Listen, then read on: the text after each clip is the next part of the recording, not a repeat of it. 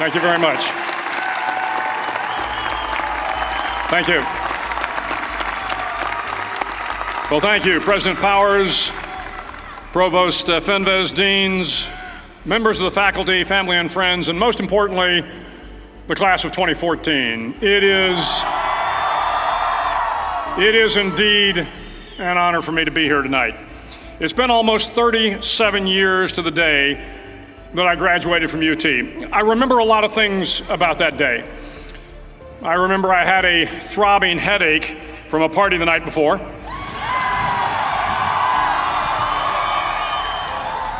I remember I had a serious girlfriend who I later married. That's important to remember, by the way. And I remember I was getting commissioned in the Navy that day. But of all the things I remember, I don't have a clue who the commencement speaker was, and I certainly don't remember anything they said. So acknowledging that fact, if I can't make this commencement speech memorable, I will at least try to make it short.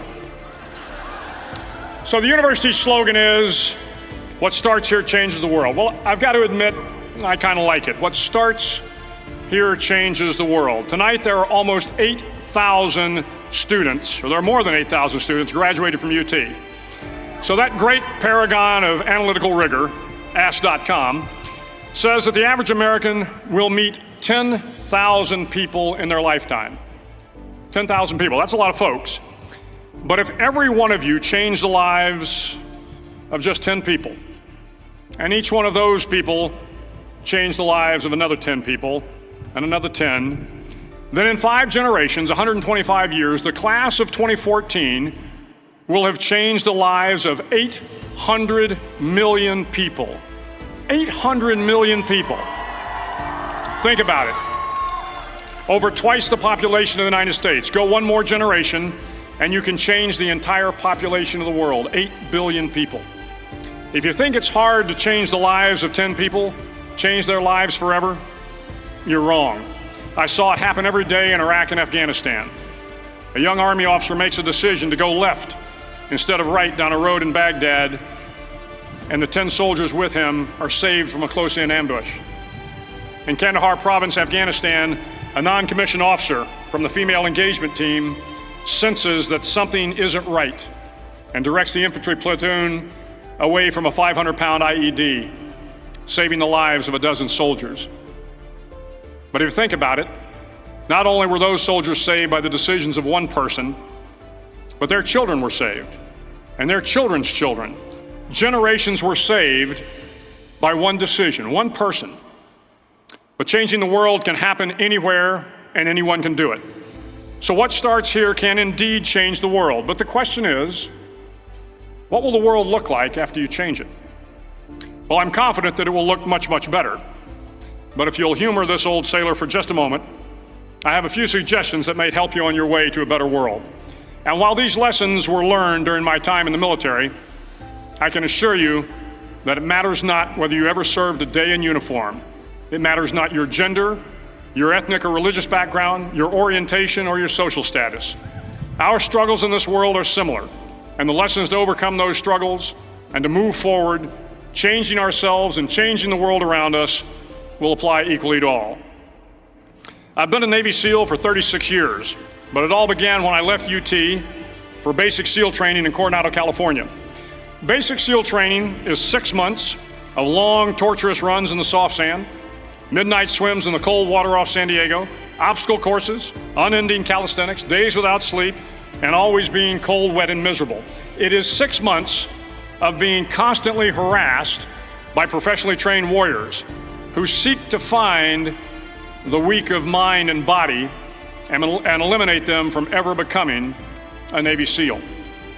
But the training also seeks to find those students who can lead in an environment of constant stress, chaos, failure, and hardships. To me, basic SEAL training was a lifetime of challenges crammed into 6 months. So here are the 10 lessons I learned from basic SEAL training that hopefully will be of value to you as you move forward in life.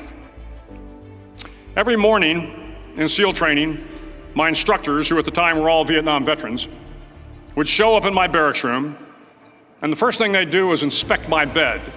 If you did it right, the corners would be square, the covers would be pulled tight, the pillow centered just under the headboard, and the extra blanket folded neatly at the foot of the rack. It was a simple task, mundane at best, but every morning we were required to make our bed to perfection. It seemed a little ridiculous at the time, particularly in light of the fact that we were aspiring to be real warriors, tough, battle-hardened SEALs. But the wisdom of this simple act has been proven to me many times over. If you make your bed every morning, you will have accomplished the first task of the day. It will give you a small sense of pride, and it will encourage you to do another task, and another, and another. And by the end of the day, that one task completed will have turned into many tasks completed. Making your bed will also reinforce the fact that the little things in life matter. If you can't do the little things right, you'll never be able to do the big things right. And if by chance you have a miserable day, you will come home to a bed that is made, that you made. And a made bed gives you encouragement that tomorrow will be better. So if you want to change the world, start off by making your bed. During training, the students are all broken down into boat crews. Each crew is 7 students, 3 on each side of a small rubber boat, and 1 coxswain to help guide the dinghy. Every day your boat crew forms up on the beach and is instructed to get through the surf zone and paddle several miles down the coast. In the winter, the surf off San Diego can get to be 8 to 10 feet high, and it is exceedingly difficult to paddle through the plunging surf unless everyone digs in. Every paddle must be synchronized to the stroke count of the coxswain. Everyone must exert equal effort, or the boat will turn against the wave and be unceremoniously dumped back on the beach. For the boat to make it to its destination, everyone must paddle. You can't change the world alone. You will need some help. And to truly get from your starting point to your destination takes friends, colleagues, the goodwill of strangers, and a strong coxswain to guide you. If you want to change the world, find someone to help you paddle. Over a few weeks of difficult training, my SEAL class, which started with 150 men, was down to just 42. There were now 6 boat crews of 7 men each. I was in the boat with the tall guys, but the best boat crew we had was made up of the little guys, the Munchkin crew, we called them. No one was over 5'5". The Munchkin boat crew had 1 American Indian, 1 African American, 1 Polish American, 1 Greek American, 1 Italian American, and 2 tough kids from the Midwest. They out-paddled, outran, and outswam all the other boat crews. The big men in the other boat crews would always make good-natured fun of the tiny little flippers the Munchkins put on their tiny little feet prior to every swim. But somehow these little guys from every corner of the nation and the world always had the last laugh, swimming faster than everyone and reaching the shore long before the rest of us. SEAL training was a great equalizer. Nothing mattered but your will to succeed, not your color, not your ethnic background, not your education, not your social status. If you want to change the world, measure a person by the size of their heart, not by the size of their flippers. Several times a week, the instructors would line up the class and do a uniform inspection. It was exceptionally thorough. Your hat had to be perfectly starched, your uniform immaculately pressed, your belt buckle shiny and void of any smudges. But it seemed that no matter how much effort you put into starching your hat or pressing your uniform or polishing your belt buckle, it just wasn't good enough. The instructors would find something wrong. For failing the uniform inspection, the student had to run, fully clothed, into the surf zone, then wet from head to toe, roll around on the beach until every part of your body was covered with sand. The effect was known as a sugar cookie. You stayed in the uniform the rest of the day, cold, wet, and sandy. There were many a student who just couldn't accept the fact that all their efforts were in vain, that no matter how hard they tried to get the uniform right, it went unappreciated. Those students didn't make it through training. Those students didn't understand the purpose of the drill. You were never going to succeed. You were never going to have a perfect uniform. The instructors weren't going to allow it. Sometimes, no matter how well you prepare or how well you perform, you still end up as a sugar cookie. It's just the way life is sometimes. If you want to change the world, get over being a sugar cookie and keep moving forward. Every day during training, you were challenged with multiple physical events: long runs, long swims, obstacle courses, hours of calisthenics, something designed to test your mettle. Every event had standards, times you had to meet. If you failed to meet those times, those standards, your name was posted on a list, and at the end of the day, those on the list were invited to a circus. A circus was 2 hours of additional calisthenics, designed to wear you down, to break your spirit, to force you to quit. No one wanted a circus. A circus meant that for that day, you didn't measure up. A circus meant more fatigue, and more fatigue meant that the following day would be more difficult, and more circuses were likely. But at some time during SEAL training, everyone made the circus list. But an interesting thing happened to those who were constantly on the list. Over time, those students who did 2 hours of extra calisthenics got stronger and stronger. The pain of the circuses built inner strength and physical resiliency. Life is filled with circuses. You will fail. You will likely fail often. It will be painful. It will be discouraging. At times, it will test you to your very core. But if you want to change the world, don't be afraid of the circuses. At least twice a week, the trainees were required to run the obstacle course. The obstacle course contained 25 obstacles, including a 10-foot wall, a 30-foot cargo net, a barbed wire crawl, to name a few. But the most challenging obstacle was the slide for life. It had a 3-level, 30-foot tower at one end and a 1-level tower at the other. In between was a 200-foot long rope. You had to climb the 3-tiered tower, and once at the top, you grabbed the rope, swung underneath the rope, and pulled yourself hand over hand until you got to the other end. The record for the obstacle course had stood for years when my class began in 1977. The record seemed unbeatable until one day a student decided to go down the slide for life head first. Instead of swinging his body underneath the rope and inching his way down, he bravely mounted the top of the rope and thrust himself forward. It was a dangerous move, seemingly foolish and fraught with risk. Failure could mean injury and being dropped from the course. Without hesitation, the student slid down the rope perilously fast. Instead of several minutes, it only took him half that time. And by the end of the course, he had broken the record. If you want to change the world, sometimes you have to slide down the obstacles head first. During the land warfare phase of training, the students are flown out to San Clemente Island, which lies off the coast of San Diego. The waters off San Clemente are a breeding ground for the great white sharks. To pass SEAL training, there are a series of long swims that must be completed. One is the night swim. Before the swim, the instructors joyfully brief the students on all the species of sharks that inhabit the waters off San Clemente.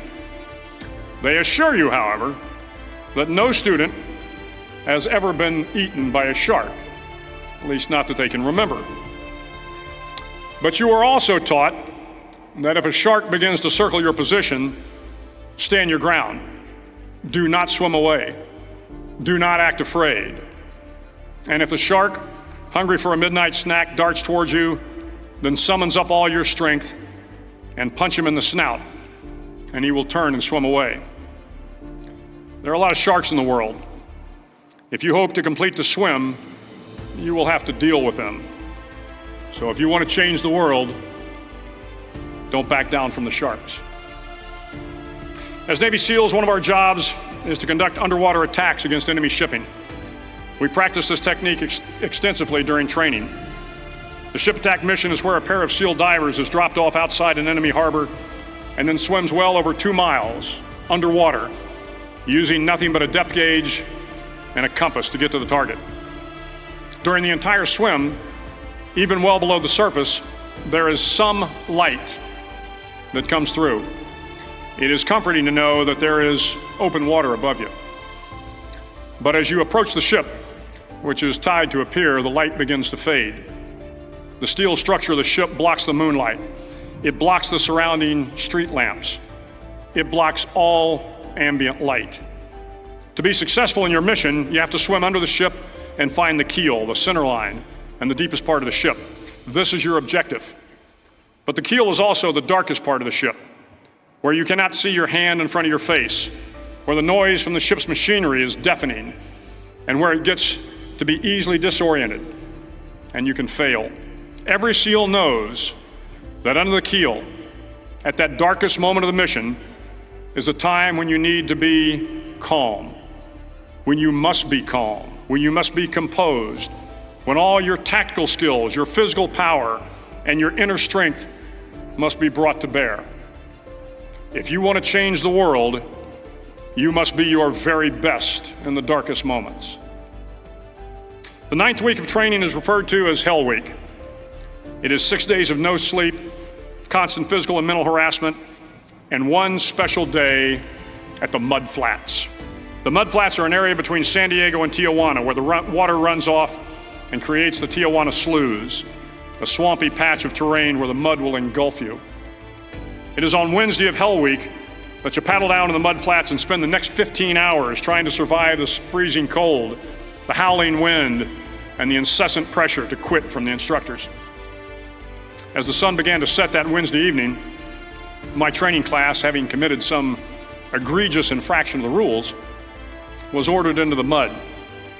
The mud consumed each man till there was nothing visible but our heads. The instructors told us we could leave the mud if only 5 men would quit. Only 5 men, just 5 men, and we could get out of the oppressive cold. Looking around the mud flat, it was apparent that some students were about to give up. It was still over 8 hours till the sun came up. 8 more hours of bone-chilling cold. The chattering teeth and the shivering moans of the trainees were so loud, it was hard to hear anything.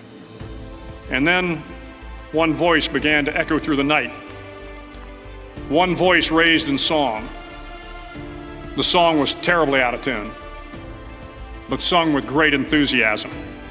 One voice became 2, and 2 became 3, and before long, everyone in the class was singing. The instructors threatened us with more time in the mud if we kept up the singing, but the singing persisted, and somehow the mud seemed a little warmer, and the wind a little tamer, and the dawn not so far away. If I have learned anything in my time traveling the world, it is the power of hope, the power of one person, a Washington, a Lincoln, King, Mandela, and even a young girl from Pakistan, Malala. One person can change the world by giving people hope. So if you want to change the world, start singing when you're up to your neck in mud. Finally, in SEAL training, there's a bell. A brass bell that hangs in the center of the compound for all the students to see. All you have to do to quit is ring the bell.